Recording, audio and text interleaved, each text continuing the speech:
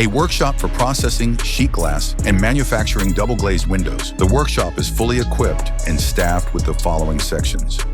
The automated glass cutting section is designed for precise cutting of large size formats, 6,000 by 3,210 millimeters and 3,210 by 2,250 millimeters.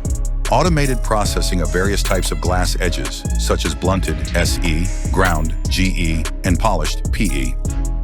Automated milling of grooves and holes in glass parts, designed for precision manufacturing of elements used in the production of glass structures.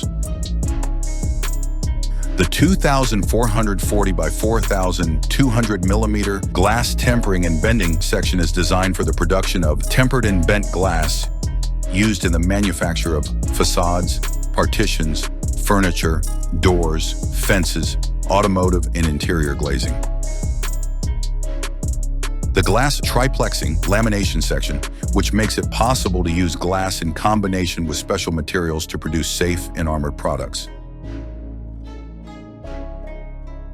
Glass coloring section.